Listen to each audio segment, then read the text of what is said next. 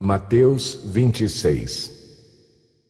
Tendo dito essas coisas, disse Jesus aos seus discípulos: Como vocês sabem, estamos a 2 dias da Páscoa e o Filho do Homem será entregue para ser crucificado. Naquela ocasião, os chefes dos sacerdotes e os líderes religiosos do povo se reuniram no palácio do sumo sacerdote, cujo nome era Caifás, e juntos planejaram prender Jesus à traição e matá-lo. Mas diziam: não durante a festa, para que não haja tumulto entre o povo. Estando Jesus em Betânia, na casa de Simão, o leproso, aproximou-se dele uma mulher com um frasco de alabastro, contendo um perfume muito caro.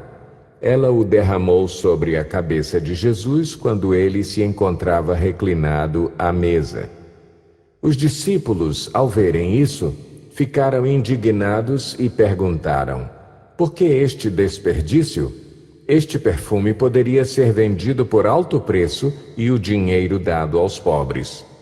Percebendo isso, Jesus lhes disse: por que vocês estão perturbando essa mulher? Ela praticou uma boa ação para comigo, pois os pobres vocês sempre terão consigo, mas a mim vocês nem sempre terão.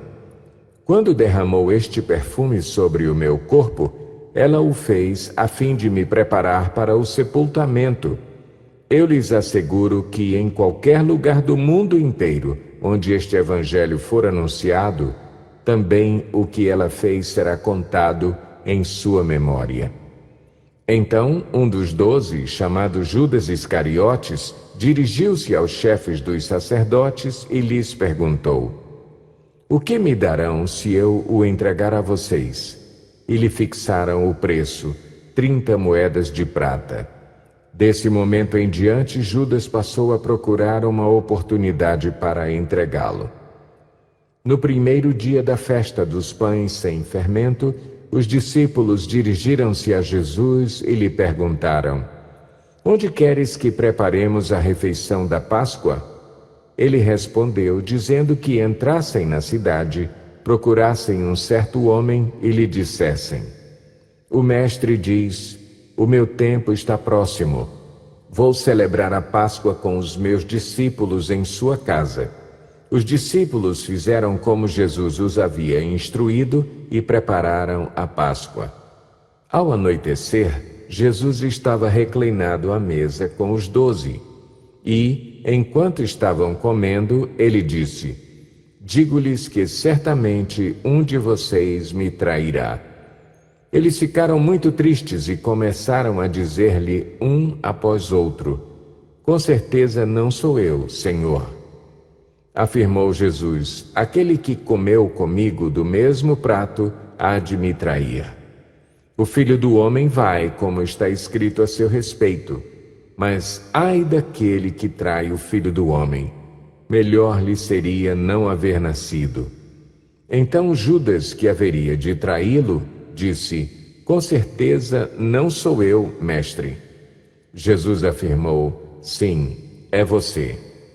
Enquanto comiam, Jesus tomou o pão, deu graças, partiu-o e o deu aos seus discípulos, dizendo: tomem e comam, isto é o meu corpo. Em seguida tomou o cálice, deu graças e o ofereceu aos discípulos, dizendo: bebam dele todos vocês. Isto é o meu sangue da aliança, que é derramado em favor de muitos, para perdão de pecados. Eu lhes digo que, de agora em diante, não beberei deste fruto da videira, até aquele dia em que beberei o vinho novo com vocês no reino de meu Pai. Depois de terem cantado um hino, saíram para o Monte das Oliveiras. Então Jesus lhes disse: ainda esta noite todos vocês me abandonarão, pois está escrito: ferirei o pastor e as ovelhas do rebanho serão dispersas. Mas depois de ressuscitar, irei adiante de vocês para a Galileia. Pedro respondeu: ainda que todos te abandonem, eu nunca te abandonarei. Respondeu Jesus: asseguro-lhe que ainda esta noite, antes que o galo cante, 3 vezes você me negará. Mas Pedro declarou: mesmo que seja preciso que eu morra contigo, nunca te negarei. E todos os outros discípulos disseram o mesmo. Então Jesus foi com seus discípulos para um lugar chamado Getsêmani e lhes disse: sentem-se aqui enquanto vou ali orar. Levando consigo Pedro e os 2 filhos de Zebedeu, começou a entristecer-se e a angustiar-se. Disse-lhes então: a minha alma está profundamente triste, numa tristeza mortal. Fiquem aqui e vigiem comigo. Indo um pouco mais adiante, prostrou-se com o rosto em terra e orou: meu Pai, se for possível, afasta de mim este cálice. Contudo, não seja como eu quero, mas sim como tu queres. Depois voltou aos seus discípulos e os encontrou dormindo. Vocês não puderam vigiar comigo nem por 1 hora? Perguntou ele a Pedro. Vigiem e orem, para que não caiam em tentação. O espírito está pronto, mas a carne é fraca.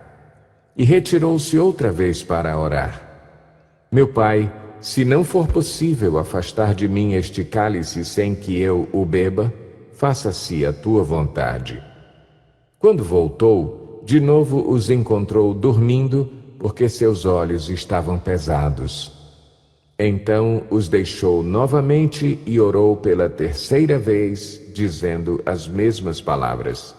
Depois voltou aos discípulos e lhes disse: vocês ainda dormem e descansam? Chegou a hora. Eis que o Filho do Homem está sendo entregue nas mãos de pecadores. Levantem-se e vamos. Aí vem aquele que me trai. Enquanto ele ainda falava, chegou Judas, um dos 12. Com ele estava uma grande multidão armada de espadas e varas, enviada pelos chefes dos sacerdotes e líderes religiosos do povo. O traidor havia combinado um sinal com eles, dizendo-lhes: aquele a quem eu saudar com um beijo é ele, prendam-no. Dirigindo-se imediatamente a Jesus, Judas disse: salve, mestre, e o beijou. Jesus perguntou: amigo, o que o traz? Então os homens se aproximaram, agarraram Jesus e o prenderam. Um dos que estavam com Jesus, estendendo a mão, puxou a espada e feriu o servo do sumo sacerdote, decepando-lhe a orelha. Disse-lhe Jesus: guarde a espada, pois todos os que empunham a espada, pela espada morrerão. Você acha que eu não posso pedir a meu Pai, e ele não colocaria imediatamente à minha disposição mais de 12 legiões de anjos? Como então se cumpririam as Escrituras que dizem que as coisas deveriam acontecer dessa forma? Naquela hora, Jesus disse à multidão: estou eu chefiando alguma rebelião para que vocês venham prender-me com espadas e varas? Todos os dias eu estive ensinando no templo e vocês não me prenderam.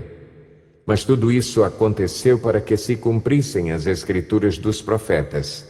Então, todos os discípulos o abandonaram e fugiram.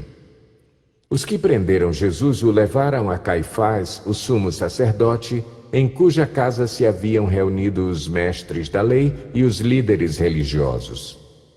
E Pedro o seguiu de longe até o pátio do sumo sacerdote, entrou e sentou-se com os guardas para ver o que aconteceria. Os chefes dos sacerdotes e todo o sinédrio estavam procurando um depoimento falso contra Jesus para que pudessem condená-lo à morte. Mas nada encontraram, embora se apresentassem muitas falsas testemunhas. Finalmente se apresentaram 2 que declararam: este homem disse: sou capaz de destruir o santuário de Deus e reconstruí-lo em 3 dias. Então o sumo sacerdote levantou-se e disse a Jesus: você não vai responder à acusação que estes lhe fazem? Mas Jesus permaneceu em silêncio. O sumo sacerdote lhe disse: Exijo que você jure pelo Deus vivo. Se você é o Cristo, o Filho de Deus, diga-nos. Tu mesmo o disseste, respondeu Jesus.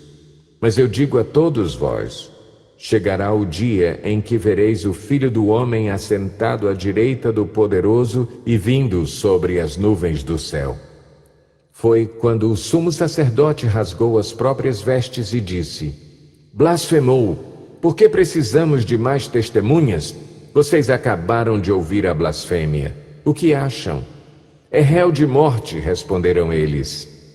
Então, alguns lhe cuspiram no rosto e lhe deram murros. Outros lhe davam tapas e diziam: profetize-nos, Cristo. Quem foi que lhe bateu? Pedro estava sentado no pátio e uma criada, aproximando-se dele, disse: você também estava com Jesus, o Galileu. Mas ele o negou diante de todos, dizendo: não sei do que você está falando.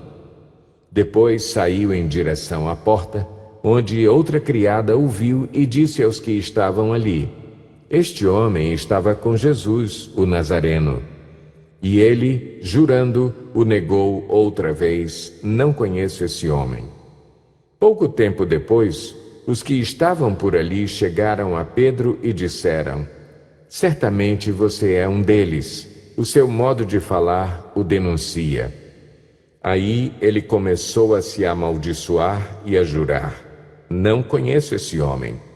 Imediatamente um galo cantou. Então Pedro se lembrou da palavra que Jesus tinha dito: antes que o galo cante, você me negará 3 vezes. E saindo dali, chorou amargamente.